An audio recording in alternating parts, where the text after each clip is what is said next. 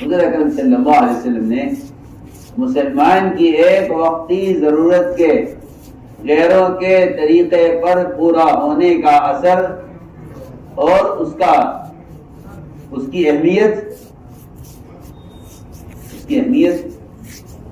حضور اکرم صلی اللہ علیہ وسلم نے اس کی اہمیت شرک اور بت پرستی کی طرح بیان فرمائی. جتنا ڈرایا بت پرستی سے، جتنا مسلمان کو بت پرستی سے ڈرایا گیا ہے، اتنا ہی مسلمان کو اپنی ایک وقتی ضرورت غیروں کے طریقے پر پورا کرنے سے ڈرایا گیا. ہماری بات توجہ چاہیے. یہ نہیں ہے کہ یہ تو کھانے کی لائن کی سنت ہے اور یہ اللہ کی توحید کا اقرار ہے. بت پرستی تو بہت بڑا گناہ ہے، لیکن اگر آپ کوئی عمل خلاف سنت کر رہے ہیں تو کوئی بڑا گناہ نہیں ہے. میری بات توجہ چاہیے. مسلمان کا اپنی ایک وقتی ضرورت کو غیروں کی مشابہ کرنا، غیروں کے طریقے پر پورا کرنا، حضور اکرم صلی اللہ علیہ وسلم نے حدیث میں صراحتاً فرمایا کہ تمہارا اس طرح کا مطالبہ کرنا موسیٰ علیہ السلام کی قوم کا موسیٰ علیہ السلام سے ایک بت کا مطالبہ کرنے کے برابر ہے. میری بات سب کی توجہ سے،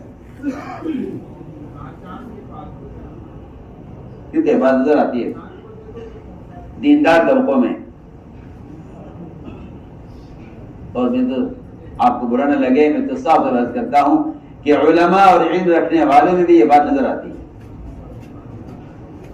کہ انہوں نے سنت کو جو درجہ دیا ہوا ہے وہ اختیار کرنے نہ کرنے کا درجہ دیا ہوا ہے.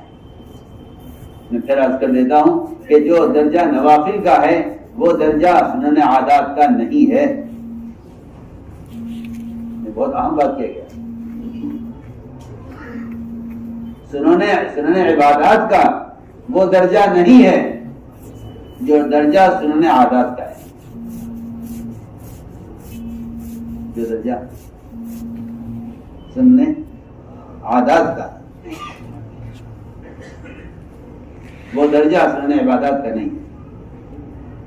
ایک آدمی نفل نہیں پڑھتا، صرف فرائض پڑھتا ہے، سیدھا جنت میں جائے گا. اللہ نہیں پوچھے گا نفل کیوں نہیں پڑھی. میں کچھ کہنا چاہتا ہوں، جو درجہ سنن عادات کا ہے وہ درجہ سنن عبادات کا نہیں ہے. ایک آدمی نہیں پڑھتا نفلی روزے نہیں رکھتا، نفلی صدقات نہیں کرتا، نفلی نماز نہیں پڑھتا، صرف فرائض ادا کرتا، لیکن سنن عادات یعنی مسلمان کی اپنی بشری حاجتیں اور ضرورتیں، اس کا کھانا پینا پہننا اوڑھنا، اگر یہ ضروریات سنت کے مطابق نہیں ہیں تو میں یہ کہنا چاہتا ہوں کہ یہ اسلام کو چھپا رہا ہے. یہ اسلام کو چھپا رہا ہے. یہ اسلام کو چھپا رہا ہے. اور جو لوگ اسلام کو چھپاتے ہیں ان کے دل میں اللہ تعالی باطل کا رعب پیدا کر دیتے ہیں. ان کے دلوں میں ان کے دلوں میں باطل کا رعب پیدا کر دیتے ہیں جو لوگ اسلام کو چھپاتے ہیں. ان باطل کا رعب پیدا ہو جاتا ہے. یہ ایک سنت کو چھپائیں گے، میں قسم کھا کر کہہ سکتا ہوں مشاہدے کی بنیاد پر اپنی آنکھوں سے دیکھ کر کہ ان کو سنتیں چھپانے کی وجہ سے فرائض کا ادا کرنا بھی مشکل ہو جائے گا. یہ بڑی پکی بات ہے. یہ میں جو کہہ رہا ہوں دیکھ کر کہہ رہا ہوں، حالات دیکھ کر کہہ رہا ہوں. تم اگر ایک سنت کو چھپا جاؤ گے تو میں کل کہتا ہوں کل تمہیں کسی زمین پر فرض کے ادا کرنے میں بھی مشکلات پیش آئیں. مشکلات پیش آئیں. یہاں تک لکھا ہے علماء نے کہ جو صف اول کو چھوڑ دے گا اس کی نماز کی رکعتیں چھوٹیں گی، جو مسبوق ہو جائے گا پہلے صف اول سے جائے گا، پھر صف آخر سے جائے گا، پھر جماعت کی نماز سے جائے گا، اور جماعت کی نماز کا چھوڑنے والا تاریک صلاۃ بن جائے گا. میری کہ جماعت کی نماز سنت ہے، میں ایک مثال دے رہا ہوں. یہ لکھا ہے جو جماعت کی نماز چھوڑ دے گا وہ نماز چھوڑنے تک پہنچ جائے گا. کیوں؟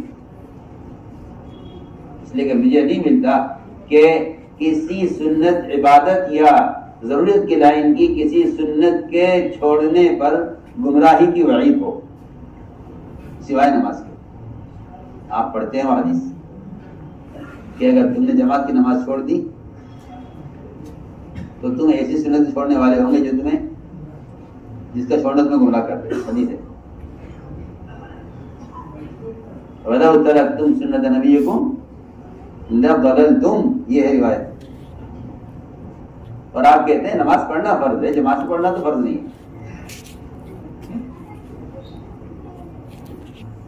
آپ کیا کہتے ہیں نماز پڑھنا فرض ہے، جماعت سے پڑھنا تو فرض سنت ہے. اور حدیث میں یہ ہے کہ تم نے جماعت کی نماز چھوڑ دی تم کیا ہو جاؤ گے؟ تم گمراہ ہو جاؤ گے. میں یہ کہنا چاہتا ہوں کہ گمراہی کا تعلق اس سے نہیں ہے صرف کہ آپ بت پرستی پر آ جائیں. میں نے ایک بات عرض کی تھی کہ مسلمان کا ایک وقتی ضرورت کو خلاف سنت پورا کرنا یا غیروں کی مشابہت اختیار کرنا، اس میں اس کا تعلق بت پرستی سے ہے. اللہ اکبر.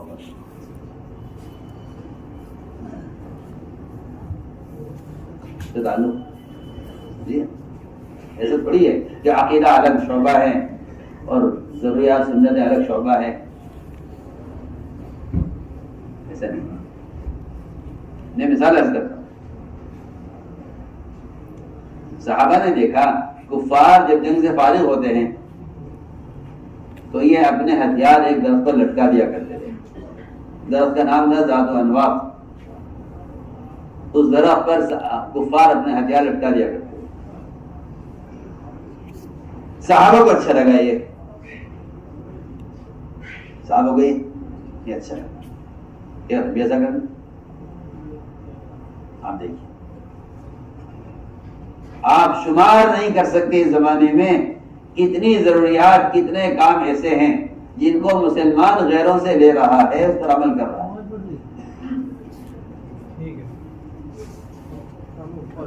شمار نہیں کر سکتے.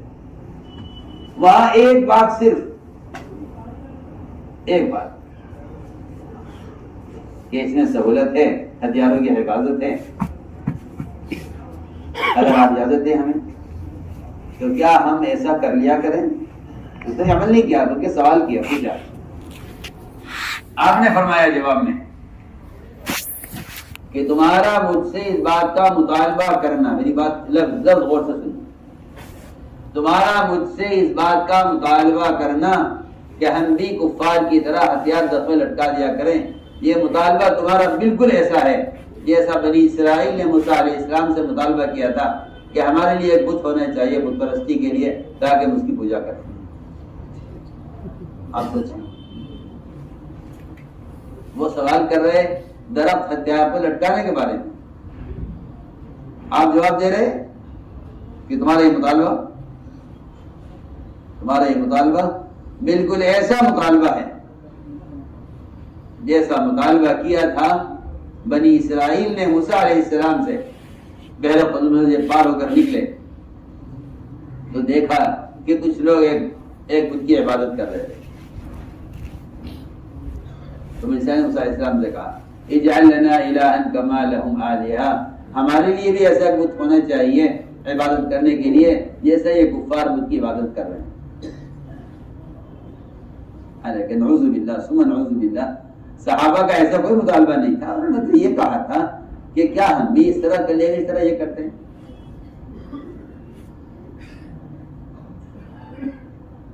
آگے چلیں. عاشورہ کا روزہ آپ نے پوچھا یہود یہ کیوں روزہ رکھتے ہیں دن کا؟ کہ یہ روزہ اس لیے رکھتے ہیں دن کا کہ اس دن ان کو فرعون سے نجات ملی، اس کے شکرانے میں روزہ رکھتے ہیں۔ آپ نے فرمایا ہم روزہ رکھیں، اللہ کے شکر کے زیادہ حقدار ہیں، ہم بھی روزہ رکھیں گے مگر ہم روزے میں یہود کی مخالفت کریں گے۔ ہم روزے میں یہود کی مخالفت کریں گے۔ آپ اسے ذرا اندازہ کر لیجئے کہ اگر روزہ جیسی عبادت میں یہود کی مخالفت ضروری ہے تو پھر جو طریقے یہودیوں کے اپنے طریقے ہیں، دنیاوی طریقے ہیں یا عادات و ضروریات ہیں، ان میں مخالفت کا کیا درجہ ہوگا جب یہود کے روزے میں بھی مخالفت کا حکم ہے۔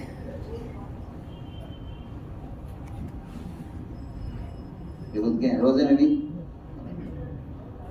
مخالفت کا حکم ہے۔ سوچو، فرمایا اگر ہم روزہ رکھیں گے تو 2 روزے رکھیں گے تاکہ ہمارا روزہ بھی یہود کے روزے کے مشابہ نہ ہونا چاہیے، ہمارا روزہ بھی یہودیوں کے روزے کے مشابہ نہ ہو۔ اب اسے اندازہ کر لیجئے کہ ایک روزے مخالفت کا یہ درجہ ہے، تو جو عادات ہم نے اختیار کی ہیں، بلکہ میں بھی کہہ رہا تھا مفتی یعقوب سے کہ جب یہود اسلام لے آئے اور قرآن پڑھا، قرآن سیکھا، تو یہ خیال آیا کہ ہماری بھی تو ایک کتاب ہے توریت، ہماری بھی تو ایک، یہود کو خیال آیا ہماری بھی تو ایک کتاب ہے توریت، خود کیوں نہ پڑھے؟ اجازت لی آپ سے، عرض کیا رسول اللہ ہمیں توریت پڑھنے کی اجازت دے دیجئے، جس طرح ہم قرآن پڑھتے ہیں، اس کی تلاوت کرتے ہیں، نماز میں پڑھتے ہیں، ہم چاہتے ہیں کہ توریت ہی پڑھ لیا کریں، کیا اجازت دیں گے آپ ہم؟ اس پر قرآن کی آیت نازل ہوئی، ادخلوا فی السلم کافہ، اسلام میں پورے داخل ہو جاؤ، اسلام میں پورے داخل ہو جاؤ۔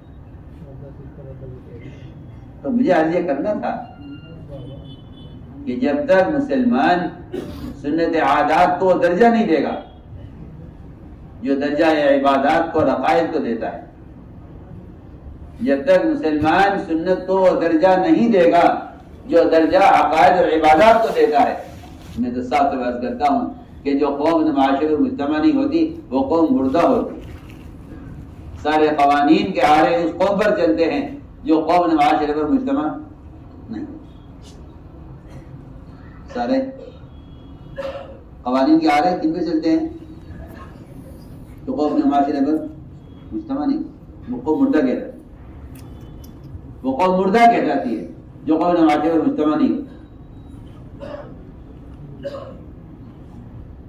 اور ہم سب کا مزاج یہ ہے کہ چھوڑے سنتی تو ہے یہ فرض تو ہے نہیں۔ تو میرے عزیز دوستوں اور بزرگوں، بات اصل یہ تھی کہ حضور اکرم صلی اللہ علیہ وسلم نے اپنے صحابہ کو کے بارے میں کیا فرمایا تھا؟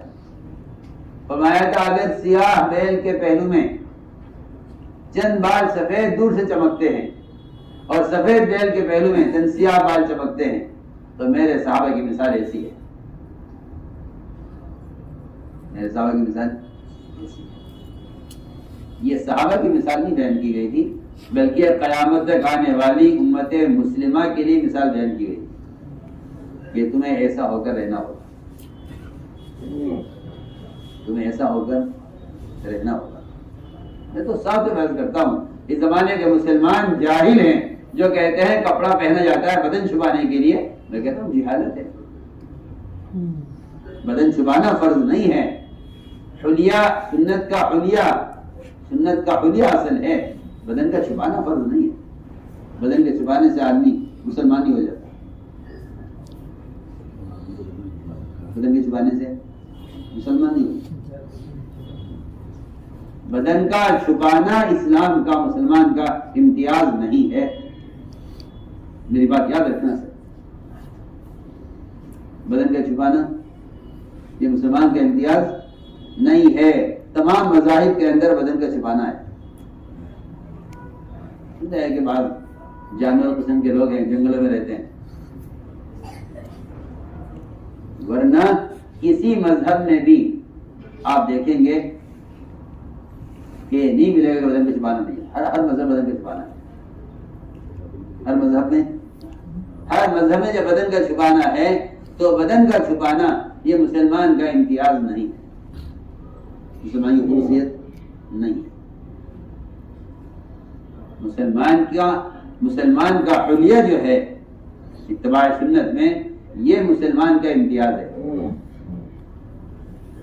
یہ مسلمان کا امتیاز ہے. ورنہ سچی بات یہ ہے کہ ہر پھل کا تعارف اس کے چھلکے سے ہوتا ہے، ایسے مسلمان کا تعارف اس کے حلیے سے ہوتا ہے. اس کی جو حدیث ہے نا کہ قرب قیامت کی علامات میں سے ہے کہ نام پوچھ کر سلام کیا جائے گا، میں سمجھتا ہوں اس حدیث کا مطلب ہی یہی ہے. مجھے اس کے علاوہ اس سے بہتر اس حدیث کا کوئی معنی سمجھ میں نہیں آتا.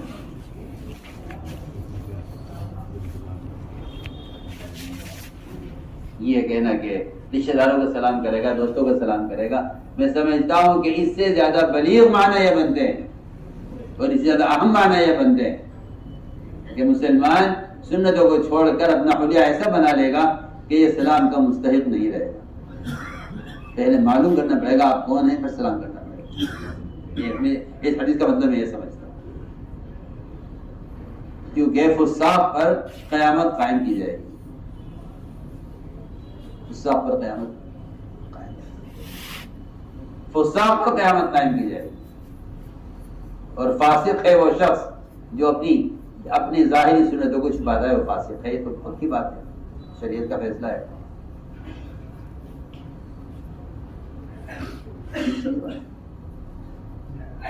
فاسق ہے جو کیا کرتا ہے، سنتوں کو چھپاتا ہے. پکی بات ہے. فاسق کو فاسق کہتے ہی اس لیے ہیں، فاسق کو فاسق کہتے ہی اس لیے ہیں کہ وہ مسلمانوں کے درمیان چھپ کر رہنا چاہتا ہے. اس کو فاسق اسی لیے کہتے ہیں. وہ اسی حدیث میں چوہے کو کہا گیا ہے کیونکہ چوہا گھر میں چھپ کر رہتا ہے.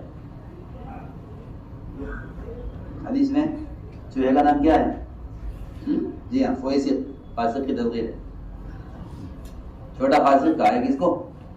چوہے کو. جی وہ چھپ کر رہتا ہے گھر کے اندر. تو میں نے عرض کی ہے ایک بات ضروری، یہ مسلمان کا امتیاز اتباع سنت سے ہے، کیونکہ ہر پھل کا تعارف اس کے چھلکے سے ہے.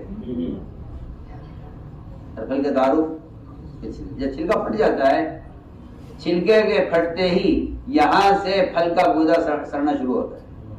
آپ جانتے ہیں، پتہ نہیں کتنے آپ کے اندر پھلوں کے کاروبار کرنے والے ہوں گے. پیٹیوں کے اندر ایسا پھل مضبوط پیٹی میں بھیجا جاتا ہے کہ چوٹ لگنے سے جو خراب ہو جائے اس کو مضبوط پیٹی میں رکھا جاتا ہے تاکہ اس کو چوٹ نہ لگے، ورنہ خراب ہو جائے گا. چھلکا پھٹ جائے گا تو پھر گودا سڑے گا. اور میں یہی کہنا چاہتا ہوں کہ آپ یہ مت سمجھیے کہ آپ کے عقائد کی حفاظت عقائد سے ہے، آپ کے عقائد کی حفاظت اس سنت کے حلیے سے ہے جس کو آپ کو اہمیت نہیں دیتے، جس کو آپ کو اہمیت. اس لیے میں عرض کر رہا تھا کہ لوگ سمجھتے ہیں کہ لباس بدن چھپانے کے لیے ہے. میں کہتا ہوں لباس بدن کا چھپانا ہر مذہب میں ہے. ہر مذہب میں لباس بدن کو چھپانے کے لیے ہے. اسلام میں لباس سنت کی احیا کے لیے اور سنت کے حلیے کا تعارف کرانے کے لیے.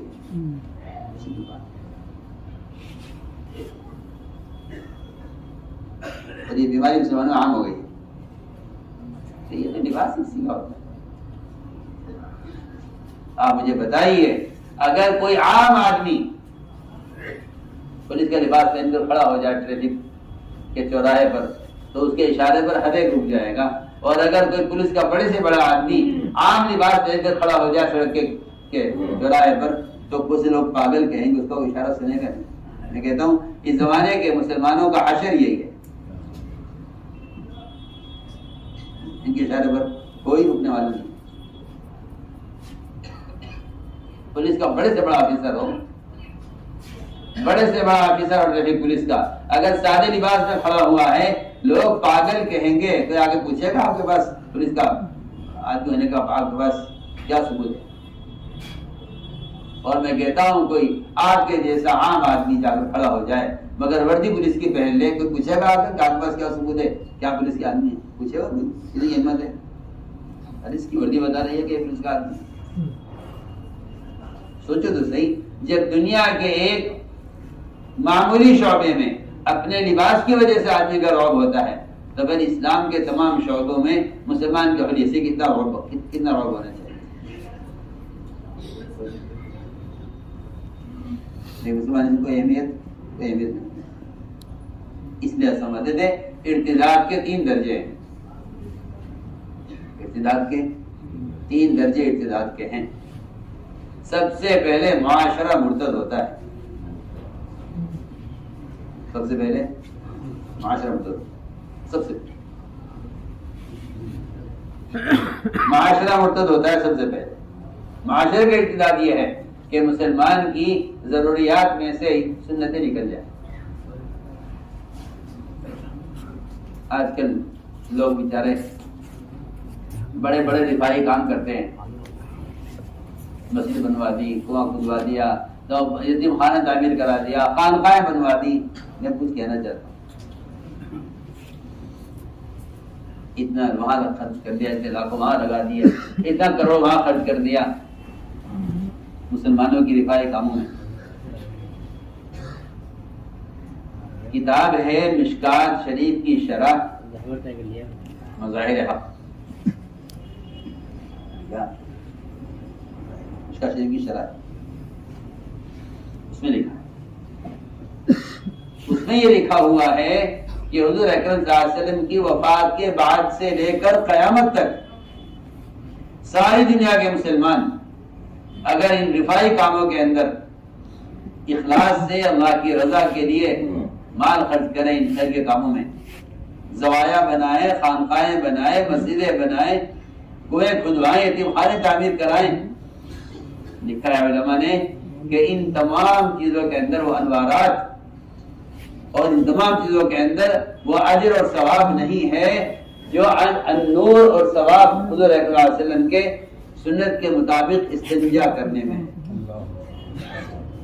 آپ کی ایک استنجا کی لائن سنیے، آپ نے استنجا کیسے کیا ہے؟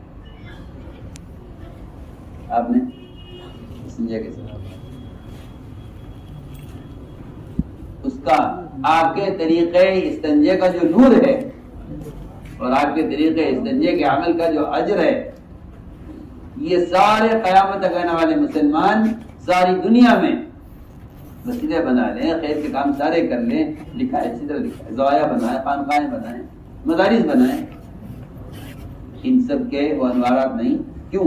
اس لیے کہ وجہ یہ ہے کہ آگے دین کے تقاضے پیدا ہونے میں جو مال خرچ کیا گیا ہے، جو کام کیے گئے ہیں، وہ کام کیے گئے ہیں جو آپ کے بعد پیش آئے ہیں، وہ سارے کام اگرچہ وہ دین کے فائدے کے لیے کیوں نہ ہوں، لیکن ان سارے کاموں کے اندر وہ نور نہیں ہے جو نور آپ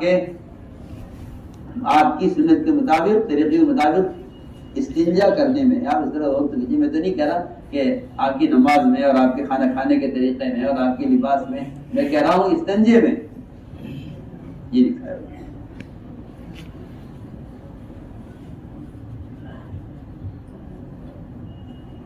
اس لیے میں آج کرنا چاہتا ہوں یہ باطل کبھی کوشش نہیں کرے گا کہ آپ نماز نہ پڑھیں، آپ روزہ نہ رکھیں، آپ زکوٰۃ نہ دیں، آپ حج نہ کریں، سارے کام کریں۔ باطل کا تقاضا یہ ہے اور باطل کی کوشش یہ ہے کہ آپ ہمارے جیسے بن کر سب کام کرو دیا،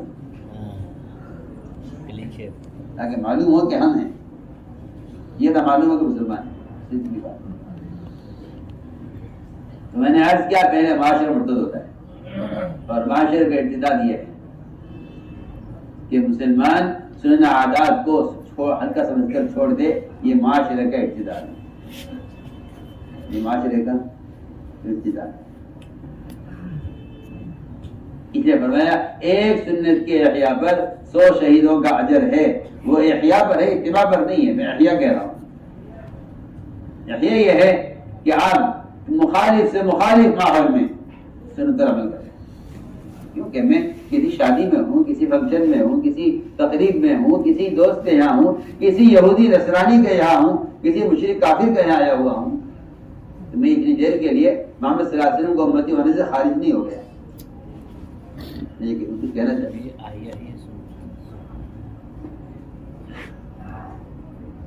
میں محمد صلی اللہ علیہ وسلم کو امتی ہونے سے خارج نہیں ہو گیا. میں جہاں بھی ہوں امتی ہوں. اس امتی ہونے کا تقاضا یہ ہے کہ وہاں کا ماحول مجھے کسی سنت سے روک نہیں سکتا.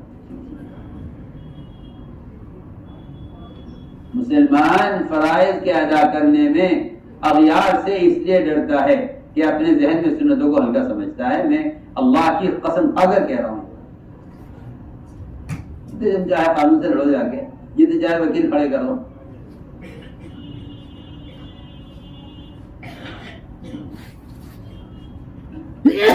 ساجد نے آ کر کہا کہ جی وہ عید کی نماز کے لیے کوشش کر رہے ہیں، ذرا مل جائے.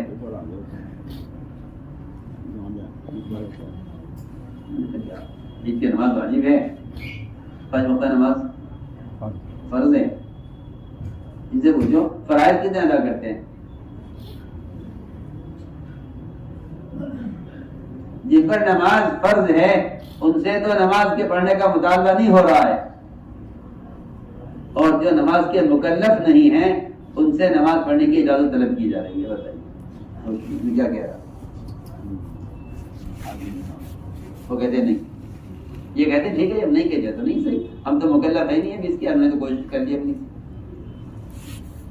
میں پھر عرض کرتا، میں نے شروع میں عرض کر دیا تھا کہ جب مسلمان اتباع سنت پر نہیں رہے گا تو قانون اس کے خلاف جائے گا. قانون اس کے خلاف جائے گا. اس لیے سب سے زیادہ حضور اکرم صلی اللہ علیہ وسلم نے معاشرے کی حفاظت کی. فرمایا لا تدرا نارہما، تم اتنا دور رہنا غیروں کے طریقوں سے کہ تمہیں ایک دوسرے کی آگ بھی نظر نہ آئے. حالانکہ آپ جانتے ہیں کہ آگ میلوں دور سے چمک جاتی ہے. آگ کی خاصیت ہے، آگ کی ہے بہت دور سے آگ بہت دور سے چمکتی ہے. فرمایا غیروں کے طریقوں سے اتنا دور رہنا کہ تمہاری آگ بھی ان کو نظر، تو تمہاری آگ بھی نہ دیکھیں. لا تدرا نارہما، تم ان کی آگ بھی نہ دیکھو، تم اس سے اتنا دور رہو. لیکن مسلمانوں کی غیروں کے ساتھ مخلوط آبادی نے اور مخلوط معاشرے نے اسلام کو صرف فرائض میں محدود کر دیا ہے. میں عرض کر رہا کہ آپ کہیں بھی ہوں، آپ سب سے پہلے آپ محمد صلی اللہ علیہ وسلم کو امتی ہیں. حضرت مقداد غالباً ملک فتح ہوا، وہاں بھائی گورنر بن کر وہاں کے لوگوں نے کہا کہ جو کہ بھائی امیر صاحب آ رہے ہیں، امیر یہاں کے ذمہ دار صحابی آ رہے ہیں محمد صلی اللہ علیہ وسلم کے، سارے ان کے وزراء سارے بڑے چھوٹے سے جمع ہو گئے. کھانے پر جمع کیا گیا، کھانا کھانا شروع کیا. ان کے ہاتھ سے لقمہ گرا زمین پر. ان لوگوں نے دیکھا کہ لقمہ ان کے ہاتھ سے گرا ہے. انہوں نے لقمہ اٹھایا اور لقمے پر جو مٹی لگ گئی تھی یا گندگی لگ گئی تھی اس کو صاف کیا، اور ابھی منہ کی طرف بڑھا رہے تھے کھانے کے لیے کہ برابر سے ایک آدمی نے ہاتھ مارا، ٹوکا ان کو اور یہ کہا کہ یہ تو سنت تو ٹھیک ہے لیکن یہاں اس سنت پر عمل کا موقع نہیں ہے. یہاں میں عرض کرتا ہوں سب سے زیادہ ذلت میں وہ مسلمان رہے گا جو کسی ماحول میں کسی سنت عمل کرنے میں ذلت محسوس کرے گا. اللہ تعالیٰ سے مسلمانوں کو سب سے زیادہ ذلت میں رکھے.